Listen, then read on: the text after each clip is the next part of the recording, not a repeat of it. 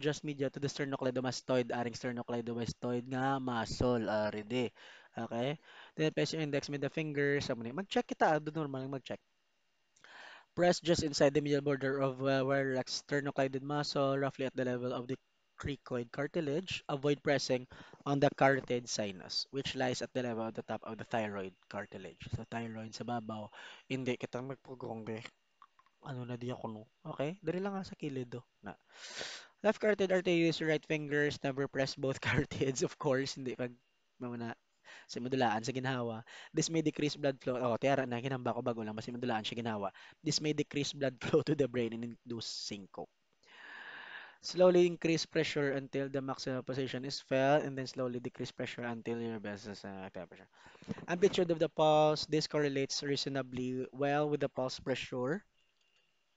Small thread or weak pulse in cardiogenic shock, blah, blah. Contour of the pulse wave. The contour of the pulse wave, namely the speed of upstroke, the duration of its summit, and the speed of the downstroke. The normal upstroke is brisk, it is smooth and rapid, follows S1 almost immediately. Pulse wave, the summit is smooth, rounded, and roughly mid-systolic. The downstroke is less abrupt than the upstroke. Variations, amplitude, trills, bruits, brachial artery. Any variations in amplitude either from beat to beat or with respiration, the timing of carotid upstroke in relation to S1 and S2. Normal. Note the normal carotid upstroke follows S1 precedes S2 of course, tapos S1, S2 dayon. This relationship is very helpful in correctly identifying S1 and S2, especially when the heart rate is increased and the duration of the diastole. Normally shorter than systole is shortened and approaches duration of systole. Guys, ari ho. Ang diastole, mas lawig siya compare sa systole. So, systole is S1. Si diastole, S2. So, mas lawig si S2. Okay, so for example, ari, matian na ton. Ari. Is caused by the closing of the AV valve.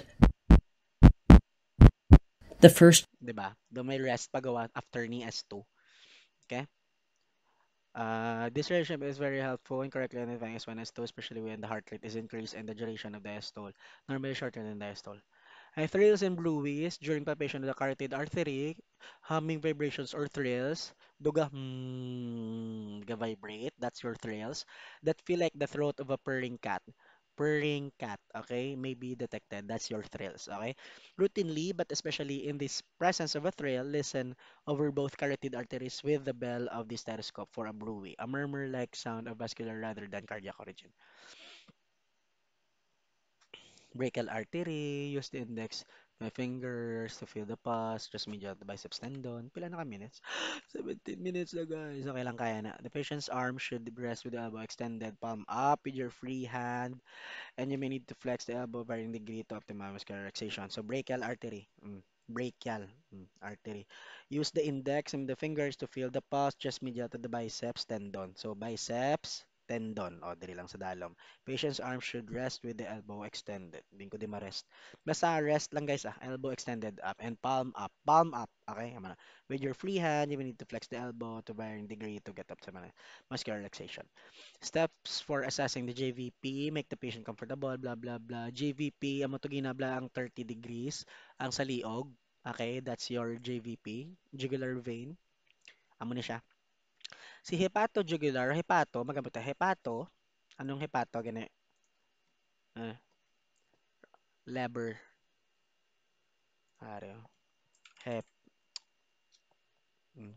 Ay na, ano ko na ni, are siya. Mm. Physical finding of circulatory examination cardiovascular system, pathological base applied to the liver. So, are guys, leber. Ginamba ko bago lang, di ba? Leber. Mm. Guys, ginaano yan na, di ba? May JVP na. Karon kung tandugon ni doc or kung tandugon ang liver, gabatsyag ang JVP. Ara siya.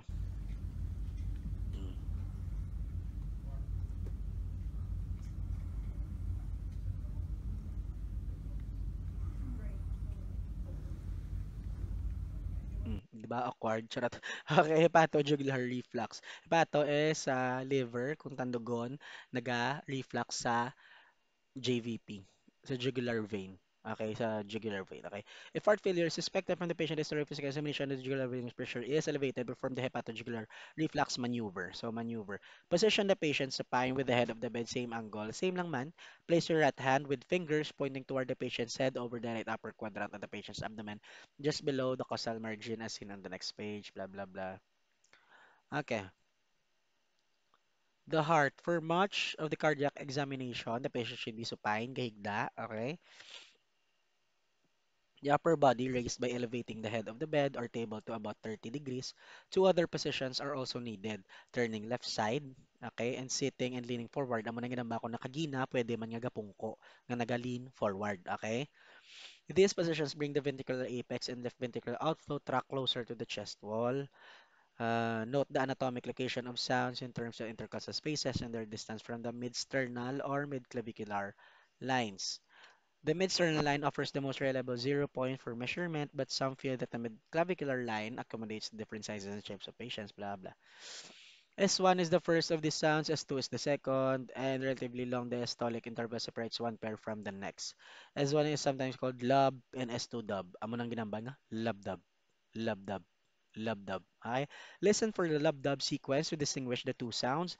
The relative intensity of the sounds is also helpful. S1 is usually louder than S2 at the apex. S2 is usually louder than S1 at the base. Okay, bariskad siya. So kung diri sa dalom, kusog si S1. Kung diri sa babaw, sa base, kusog si S2. Okay? Patient position, same. Okay. Inspection, palpation. Okay. Carefully inspect the anterior chest location of the apical impulse or point of maximum or PMI or Kieves over the precordium. Inspect lang lang tawon lang tangential light lang sugaan lang kung prominent ang pumping sang heart block kung gahabok kitaon gid usually sa mga tigulang na. Okay. Palpation, begin the general palpation of chest wall. First palpate for hips or lifts using finger pads. Okay. Kaptan kung may gahabok-habok. Okay. Hold them flat or obliquely on the body surface. Ventricular impulses may heave or lift your finger. Check for thrills. Ano ganing thrills sa makagina? Ang vibrations nga do kuring. Okay. Ano na siya? And formed by the turbulence of underlying murmurs. Guys, yung murmurs may relevance din siya sa aton next topic. Sige lang. By pressing the ball of your hand firmly on the chest, if susciting expectation reveals a loud murmur, go back to that area and check for thrills again. Thrills, loud, harsh, rumbling murmurs, aortic stenosis, patent ductus arteriosus, mga sakit Honorary cautions, extracardia, blah blah blah. Be sure to assess right ventricle. Hmm. The apical impulse or point of maximal impulse, okay, PMI. The apical pulse represents the brief early pulsation of the ventricle as it moves interiorly during contraction, the chest wall, pulmonic area, aortic area, second intercostal space. Guys, ang location lang ni, okay? Pulmonic area, aortic area, okay. This intercostal space overlies the pulmonary artery, of course. Ano tong picture ko man? Ay na, dula akong picture. Ayan ba? Beda.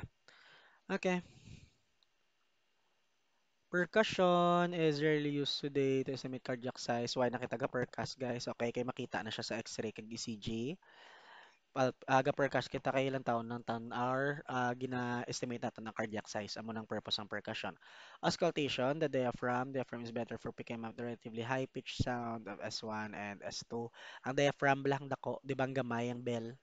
Ang diaphragm ang dako. So, better siya for picking up high-pitched sounds ang S1 and S2. Si Belia, low-pitched sounds si S3 and S4, and the murmur of mitral stenosis. Apply the bell lightly with just enough pressure to produce an air sail to its full rim. Use the bell at apex, blah, blah, blah. Next. Kaya to ni guys. Okay. Kaya to ni. Okay. Next. The students of the blah, blah, blah. Okay. Part 3. Ano na ako pila na?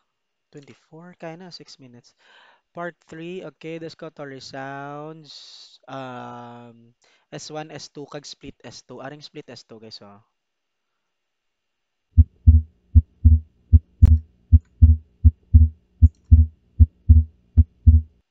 palengke, amo lang to. Okay, di ba? Labdab. Labdab. Galing si Split S2, kaduwagid. Okay, labdab. Labdab. Daga mo na. Ay, tugtrug. Tugtrug. Tugtrug. Na mo na. Extra sounds, systole, extra sounds, diastole, S3, S4, systolic and diastolic murmurs. Murmurs are differentiated from heart sounds by their longer duration. Ang murmurs, duga, duga muna, bala guys, okay? Example ni murmur. Heart sound loud, Ari heart. initiated. Heart murmurs are Ari heart. whooshing sounds produced by turbulent flow of blood. Nan. Murmurs are diagnosed based on the time they occur in the Mm. cardiac cycle, their changes in intensity over time, and the auscultation site where they are best heard. Examples of conditions associated with common systolic murmurs include mitral valve regurgitation, when the mitral valve does not close properly and blood surges back to the left atrium during systole. The murmur starts at S1 when the AV valves close and maintains the same intensity for the entire duration of systole.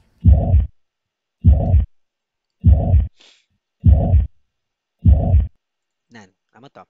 Okay, amo to siyang murmur. Pero ang amo tong example sa murmur is mitral. Ah, sorry. Ano to? Mitral valve regurgitation. Okay?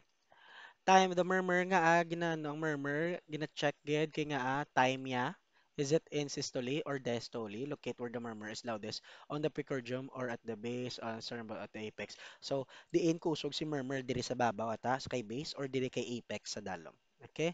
Kanda kasari determine the crescendo grade. Guys, may grade ni siya. Okay, key to 12 gid ni. Charot, may grade lang 1 to 6 lang siya. Okay, 1 to 6 ara man sa dalom karon. Identify associated features such as the quality of S1 and S2, the presence of extra sounds such as S3, S4, or an opening snap, or the presence of additional murmurs. Be sure to listen in a quiet room. Okay. Okay, mid-systolic murmur, sa tunga sang systole nga murmur, ara na siya, oh. After S1 and stops before S2. So, ara, tunga lang siya. Pansystolic, a pansystolic murmur starts with S1 and stops at S2 without a gap between murmur and heart sounds. Late systolic, early diastolic. Guys, ari man yung mid diastolic. By the word itself, magets nyo man. Okay? Kung ano siya, so for example, late systolic. Late lang ang systolic. Systolic is S1 or lab. Okay? So, late siya. Murmur usually starts in mid or late systole and persists up to S2. Early diastolic, aral na siya. Shape, amo tong shape gina ang kita nyo to ang sa video bala. Ariyo, ariyo na shapes. Yan, ari lang sa crescendo, murmur grows louder, late diastolic murmur, crescendo grows softer, na nagahina, daw na siya. Okay? Location of maximal intensity, find the location where the murmur is heard in terms of the intercostal space and its relation to the sternum, the apex, midsternal, midclavicular, axillary. Intensity, guys, amo ng grades namin ko. Graded on 6-point scale and expressed as a fraction. The numerator describes the intensity of a murmur wherever it is loudest. The denominator indicates the scale you are using. Intensity is influenced by thickness of the chest wall and the presence of intervening tissue. So, are, grade 1, very faint, heard only after listener has tuned in, may not be heard in all positions. May different position lang siya guys nga mabatian gid. So grade 1 na siya butang. Grade 2 quiet but heard immediately after placing the stethoscope.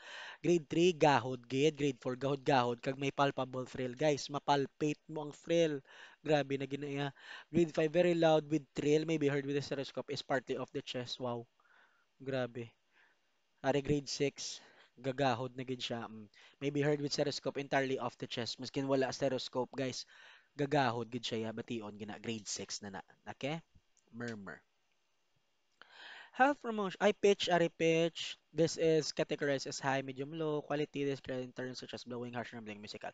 Health promotion. Health promotion topics. Coronary heart disease and stroke prevention, key roles, screening, teaching patients, educating, encouraging patients to healthy lifestyles, of course. Okay? Usually kung may mga patient kamo na nga like obese, okay, workout gid dapat, mga lifestyle plan na pangaon, exercise, okay? BP, stage 1, stage 2. Guys, ari lang di siya. Ari lang na ding answer. Okay, normal, pre-hypertension, hypertension, kag hypertension nga 2. Okay? Hypertension facts. Bla bla bla. Puro naman lang ni ano mga risk factors kag health ed.